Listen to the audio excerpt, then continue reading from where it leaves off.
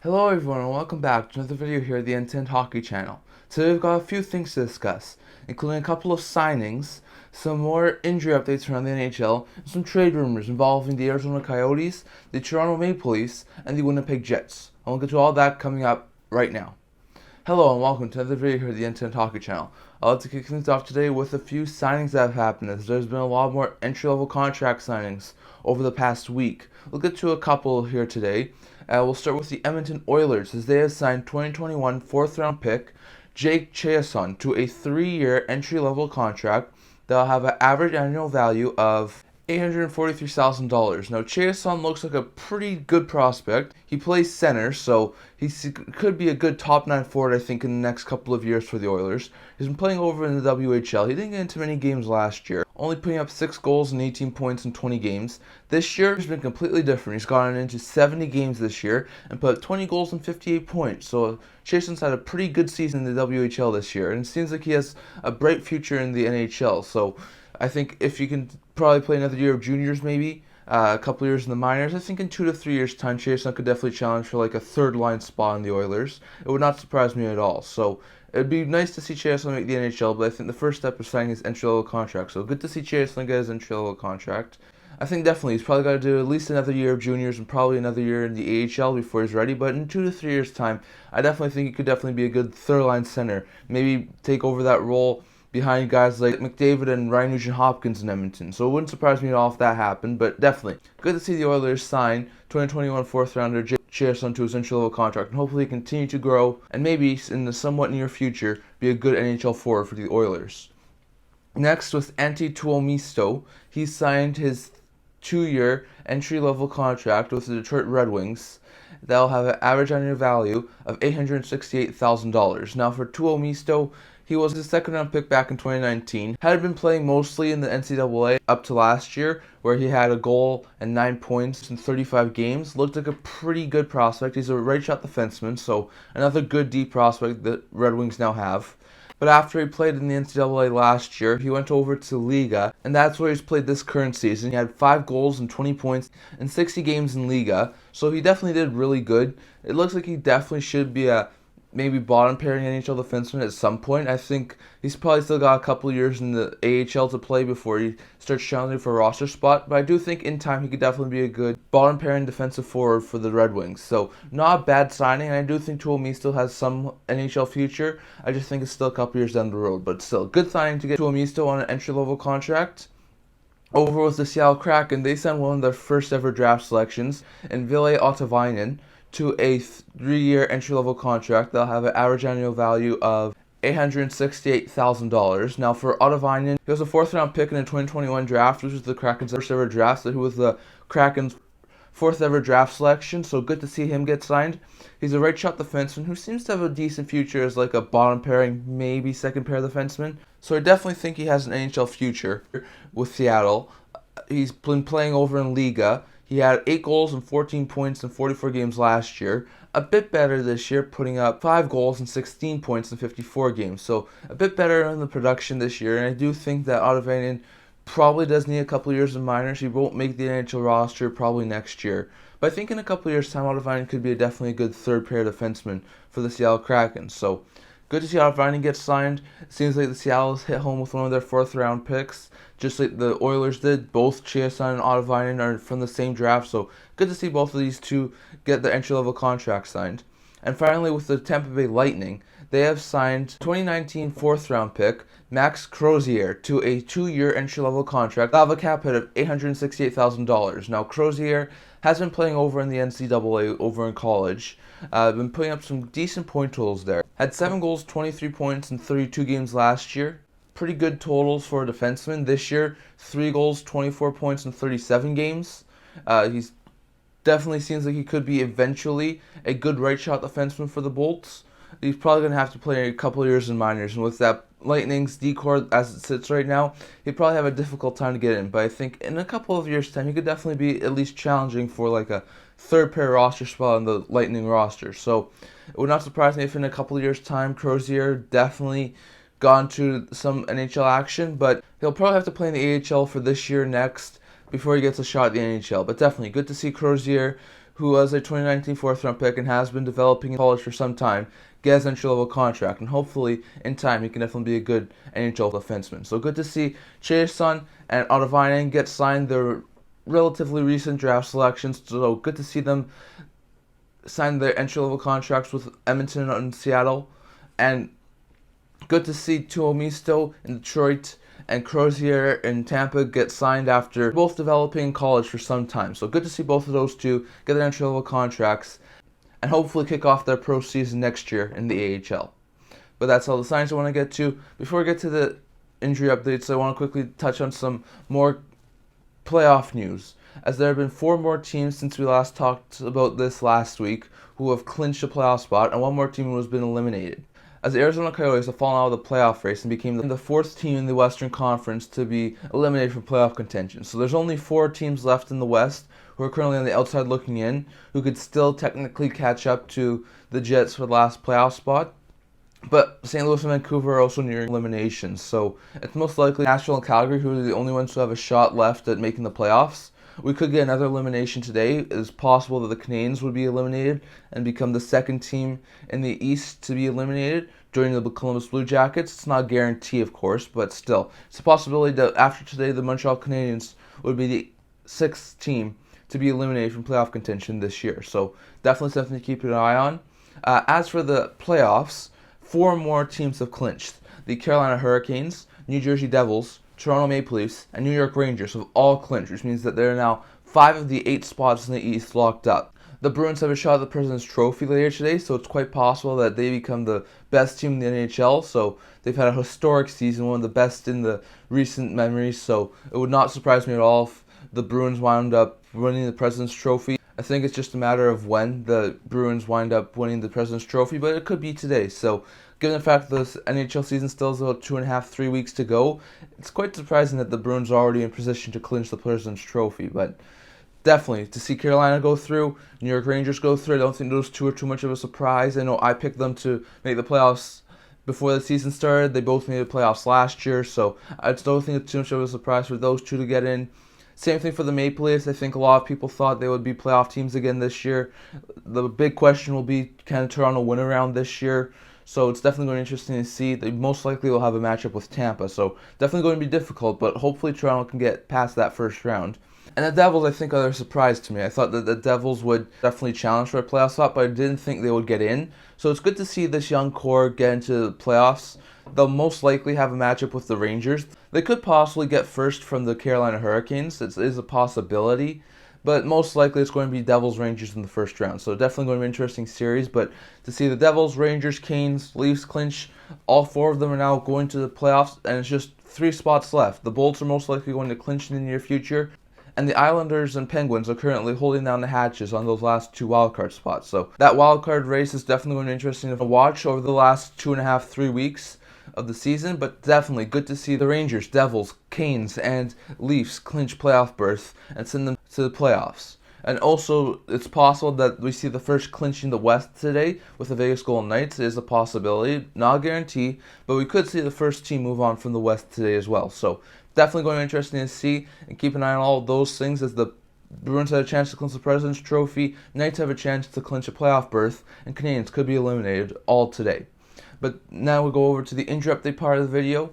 We'll start with the LA Kings, as they got a few bodies back off of injury, as they got Sean Durzi, Kevin Fiala, and Gabe Vilardi all back from their injuries. Now for Vilardi, he only missed a game and only a couple days due to his undisclosed injury, so it's good to see that he didn't miss too much time. Vilardi had missed a decent amount of games previously due to injury, so it's good to see that he didn't miss too much time. He's been a good middle six forward this year, really had his breakout season this year. Definitely had a hot start. It's cooled off since then, but still is a really good middle six forward, so it's good to see that he didn't miss too much time. Fiala only missed about a week, and Durzi only about a week and a half due to their injuries. Fiala was dealing with a lower body injury. Durzi had an undisclosed injury, so it's good to see that neither of those two suffered a long-term injury and were back within like a week for the Kings. So good to see that. Fiala is a really good top six forward. It was really bad to see him go down with the injury, but good to see him be back in only a week and a half. As for Durzi, he's a really good defender for the LA Kings. He's been playing top 4 minutes this year. He's definitely a really good offensive defenseman, so good to see him get back in the lineup too. And with all three of these guys back, the LA Kings should continue to push for top spot in the Pacific Division. So good to see Jersey get back, as well as Fiala and Velarde on the forward group. And it's good to see all three of these guys get back from injuries and into game action for the LA Kings, and help the Kings push for the first spot in the Pacific Division. Over with the Columbus Blue Jackets, we know that they've had a monumental amount of injuries this year, which is probably the reason they got eliminated from playoff contention so early. And there's some more bad news on the injury front for the Jackets, as they've had a ton more injuries. As forwards Patrik Laine and Mathieu Olivier, defenseman Erik Gudbranson and Nick Blankenburg, and goalie Elvis Merzlikins are all out right now due to injuries. Now, Merzlikins is the one who should probably get back in the near future. Merzlikins only has a lower body injury and is out day to day, so it's quite possible he could be back in the next week, maybe the next game or two. So it's not too bad of an injury for Merzlikins, and hopefully he can get back in the near future. And he's not out for too long. They'll have to run for now with probably a tandem of Hutchinson and Tarasov. But I'll expect in the near future for Columbus to get Merzlikins back. But there's a lot more injuries for the Blue Jackets.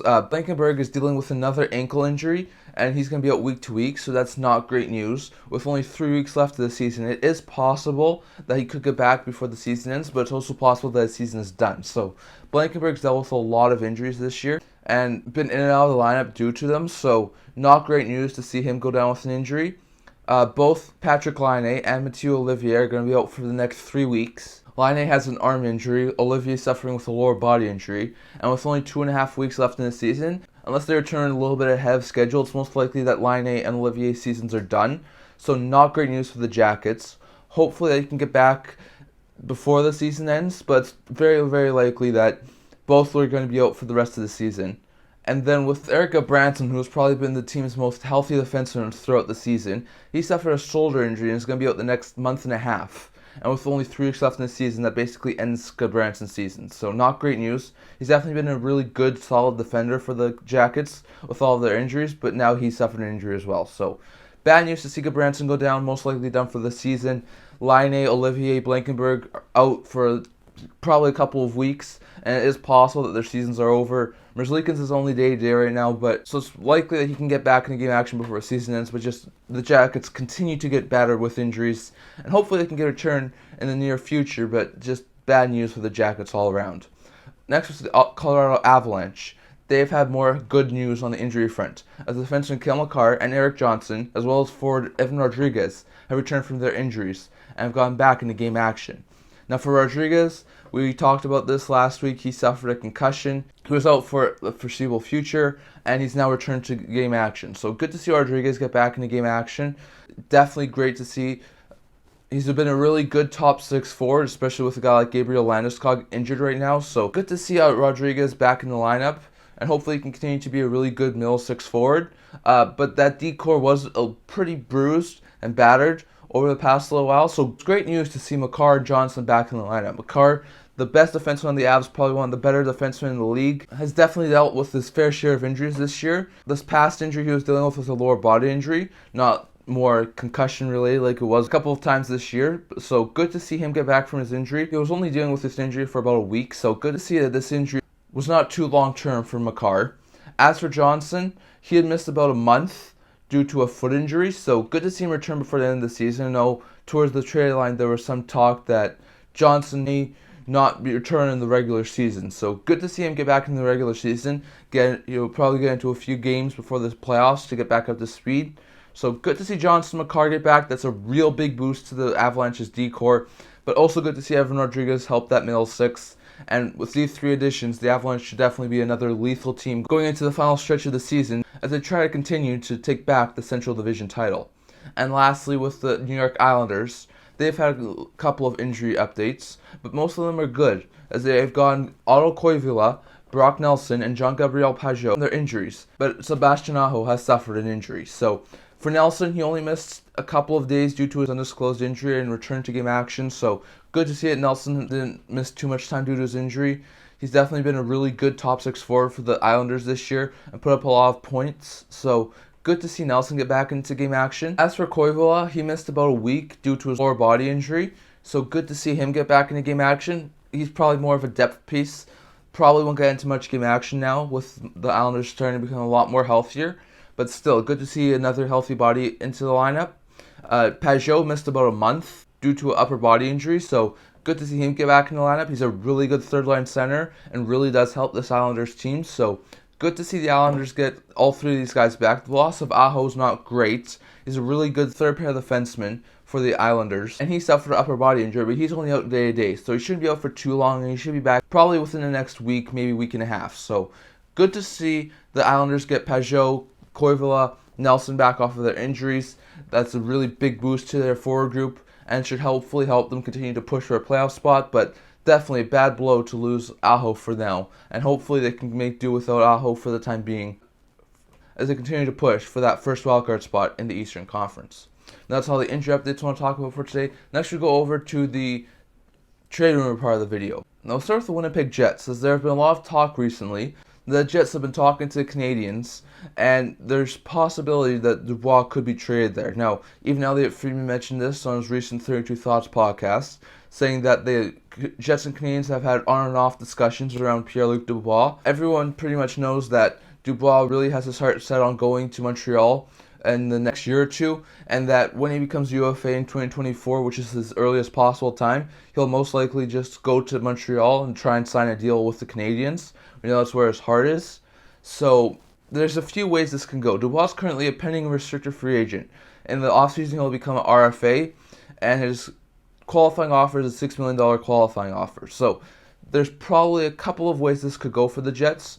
The first and most likely scenario, in my opinion, would be that the Jets try and find a trade for Dubois before he needs his qualifying offer and try and move him to the Canadiens. Now, the Jets don't have much leverage, and I would not expect them to get too much of a return for Dubois, but I would think that if they were to trade him to Montreal right now, they could probably get a decent return, maybe a decent level prospect in a second round pick, would be my guess. Not anything too substantial, so if Dubois is being traded, I don't think they'll get much in return if they're trading him to Montreal. But I do think they could get something in return. I think getting something, rather than letting him walk to free agency in next year's offseason, would be better for the Jets. And I definitely think it's a really strong possibility. But I don't think it's the only option that they could go. They could qualify him as an RFA. He could take his $6 million one-year qualifying offer and walk himself to free agency. And the Jets just use him as best they can for the season next year. And then just let him walk to free agency. I don't think that's the ideal situation for him. I think they would definitely like a return. I do think another possibility would be he sends his qualifying offer 1 year. He's going to be a UFA at the end of next season. But instead of moving him in this year's offseason to Montreal, maybe they move him at next year's trade line. I know that he would definitely not be willing to sign an extension with any team, but I think as we saw this year, they could probably get a decent haul for him as like a rental top six center at the deadline. I do think that's another possibility. So I think the three possibilities here for the Jets are they either sign him to his qualifying offer, he signs and he walks via free agency next year. They sign him to his qualifying offer and they try and move him at the deadline for a decent package. Or they try and get whatever they can from the Montreal Canadiens, trade him to Montreal, and Dubois can sign his long-term extension with the Canadiens. So I definitely think this is going to be an interesting situation to see. I definitely think that whether it be this offseason or next, Dubois is going to wind up a Montreal Canadien.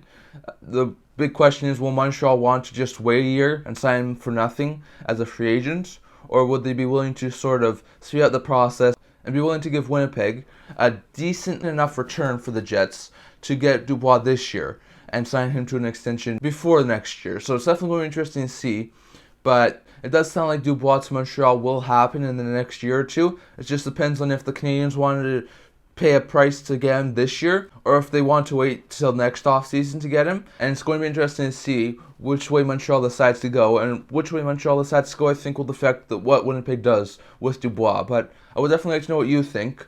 Does Dubois get traded to the Montreal Canadiens this offseason? If so, what sort of a package do you think the Canadiens will be willing to offer for Dubois? And if the Canadiens wanted to get him as a free agent next year, what do you think the Jets do with Dubois for the rest of next season?